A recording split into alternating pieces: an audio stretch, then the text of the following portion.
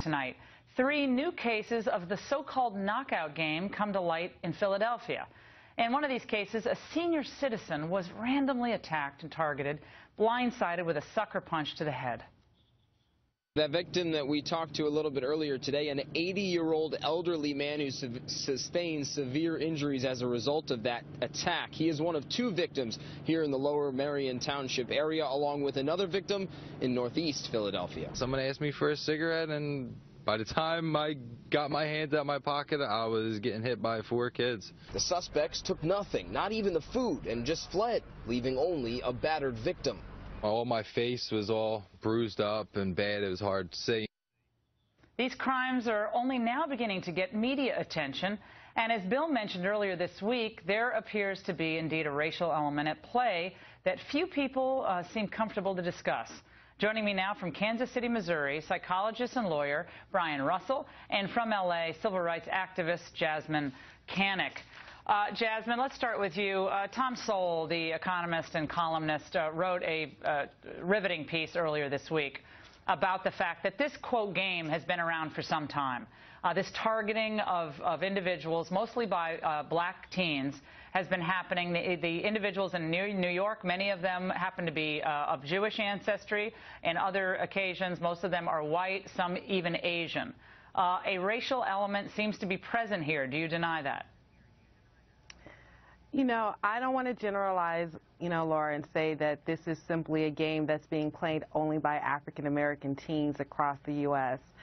What I would say is that America needs to also look at, why do these teens have so much time on their hands to even be engaging in something like this? It's very hard to sit up here and try to defend bad behavior, no matter what color, what race, the perpetrators are. But so, Jasmine, it is disturbing. Yeah. But so, Jasmine, you'd be saying this if this were overwhelmingly white teens, and they were going around in all these cities across the United States, and they were cold cocking elderly black people, would you be coming on the O'Reilly factor and saying you'd hate to generalize about, quote, bad behavior?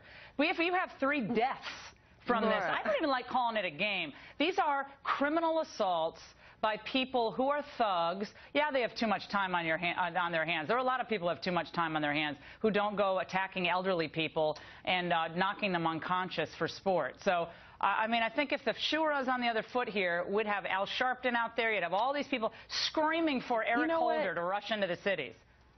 Look, Reverend Sharpton, other black civil rights advocates have denounced this behavior. Of course, yes, it is a crime. We're not going to sit up here and generalize it, though, and say that this is only something that's being done by African Americans. What we've seen on the news may be, but that may be intentional as well.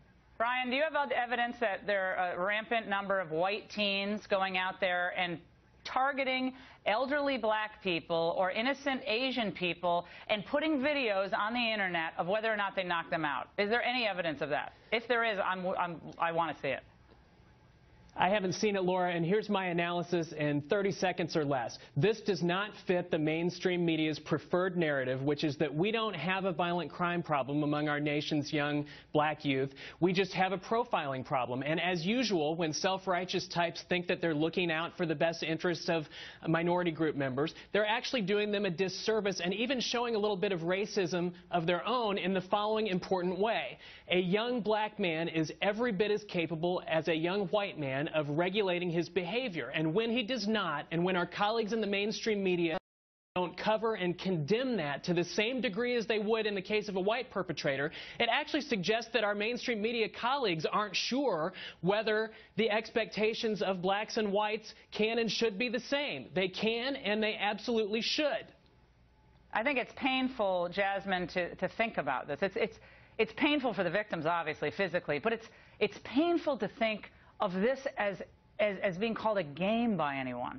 And for folks who get up there and say, well, we're not sure if there's a racial element. I mean, come on. I mean, of course there's a racial element here. The fact that nobody wants to talk about it is highly predictable. Doesn't surprise me at all. Doesn't fit the whole white guilt narrative about race. And I don't think it serves the black kids who are getting into this trouble. I don't think it serves them well. They're not helped by the denial, and it doesn't serve society at large well. We have a real problem in America, but in these neighborhoods where we have rampant problems in American family breakdown, we have a big problem. And I think that conversation needs to be had. I agree. I would just like to also say it doesn't serve our country well either to incite mass hysteria amongst white America against blacks either. So now what do we have? Who's doing that? Numerous news reports. Fox? Numerous news reports, you know, about basically mobs of black teens targeting white people. So Jasmine, does not help society either, okay. Laura. Jasmine, I'm stunned at what I'm hearing.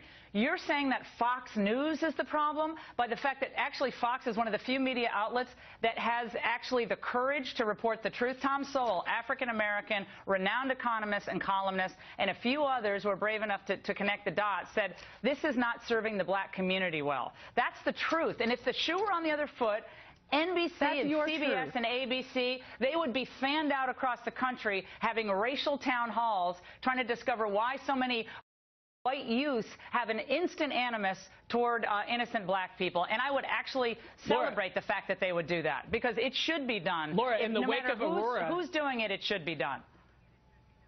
In the wake of Aurora, they didn't have any trouble reporting to the country something that wasn't even true. There was a black psychologist going around telling the country that white kids are more likely to become spree killers and shooters than kids of other racial groups because they feel more entitled and they get more upset when they don't get their way. That was absurd. It was racist, but they didn't have any problem broadcasting that because it fit the narrative. Well, I think if you look back at the Trayvon Martin deal, right? I mean, there are all sorts of generalizations made during the Trayvon Martin, saga, really, frankly, on both sides. And if they were saying that he was a white Hispanic, and then, all sorts of crazy stuff was said, okay? And it was an incredibly painful moment for the people of Florida and that family. But I think we have to be able to talk truthfully and objectively about things. If white kids were doing this, Jasmine, and targeting black people, I'd have the same outrage and the same indignation. I promise you. It shouldn't call it racial. I'm sure you would, Laura. I would be completely outraged. So the problem is, and as everyone should be. But Brian.